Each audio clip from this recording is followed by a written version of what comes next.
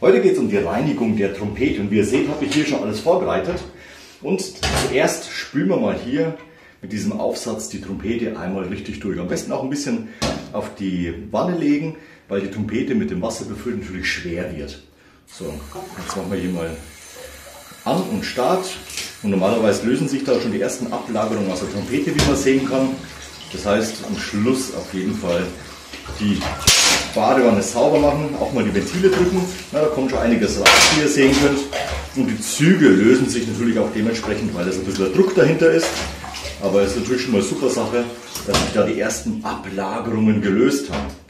Und im nächsten Schritt bauen wir die Trompete natürlich entsprechend auseinander. Da kommt auch schon viel Wasser raus. Man sieht, wie sich da alles gelöst hat. Ja, das sind so Verfärbungen vom Silber, das kann man wieder glänzend polieren. Das kommt von meinem Handschutz in dem Fall. Aber erstmal die Trompete auseinanderbauen, damit eben alle Teile gereinigt werden können. Ihr seht auch, ich habe hier auf der Seite schon alle möglichen Bürstchen, die ich zum Reinigen benötige, parat gelegt.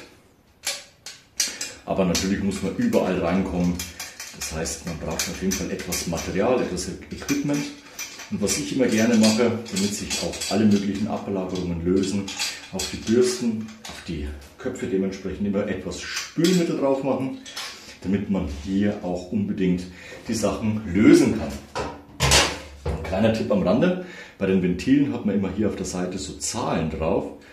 Ich gucke mal kurz, ob ich euch das zeigen kann. Dann weiß man ganz genau, das ist zweites Ventil, das ist das erste Ventil und das ist eben dann dementsprechend das dritte Ventil. Und das wird immer von vorne gezählt, das heißt, hier hat man die 1, die 2 und die 3. So, jetzt haben wir hier noch den kleinen Zug, den holen wir auch gleich noch raus. Und dann hat man eben die einzelnen Bestandteile von der Trompete vor sich, wie ihr seht. Ich fange mal ganz gern immer an mit dem Mundrohr. Wieso? Da hat man die meisten Ablagerungen drin. Das heißt für mich jetzt Reinigungsspirale, etwas Spülmittel drauf.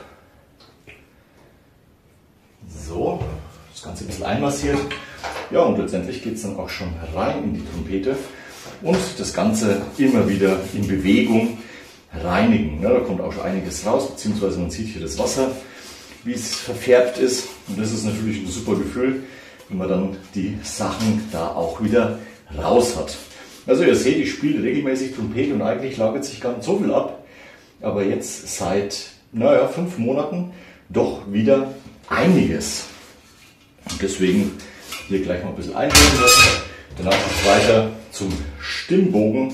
Da ist normalerweise immer am meisten drin. Der tiefste Punkt hier, die Wasserklappe, da sammelt sich natürlich am meisten an.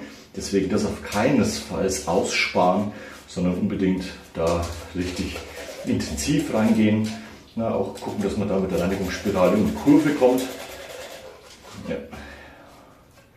Und dann letztendlich natürlich wieder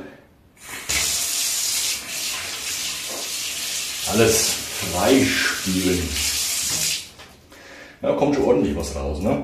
Und das mache ich eben jetzt mit allen Zügen vom Trichter her mit der Reinigungsspirale, die einzelnen Züge hier bei der Trompete. Diese natürlich auch, da hängt alles Mögliche fest. Und ich gehe jetzt mit euch noch zu den Ventilen. Und ihr seht hier, habe ich diese kleinen Zahnbürstenkopf. Und da ist es auch wichtig, dass man eben, wenn man dann so einen Ventilkolben vor sich hat, dass man eben alles mal richtig sauber schrubbt. Da gibt es am meisten Arbeit beim Trompete spielen. Die Ventile bewegen sich entsprechend. Und deswegen hier unbedingt auch mal richtig reinschrubbern. Unten auch nicht vergessen. Und wenn man dann diese Zwischenbereiche hat, auch hier unbedingt mal durchgehen. Kommt man mit so Bürsten, wenn man da so ein kleines Set sich besorgt, auf jeden Fall sehr gut in alle Ecken und Kanten. Und ansonsten hat man ja immer noch die Möglichkeit, zum Beispiel so einen Zahnbürstenkopf zu benutzen, damit man wirklich in alle Ecken und Enden rein putzen kann. Was natürlich auch immer dazu gehört, ist das Mundstück.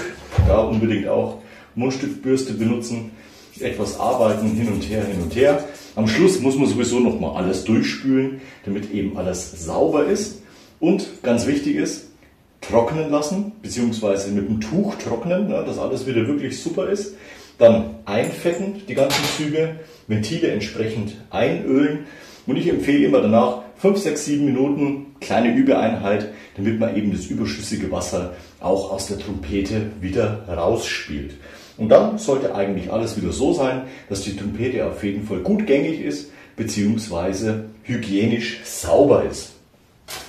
Na, die ganzen Sachen, die ich hier habe, die verlinke ich euch mal in der Videobeschreibung unten, da könnt ihr auch mal reinstöbern, beziehungsweise die Sachen bestellen.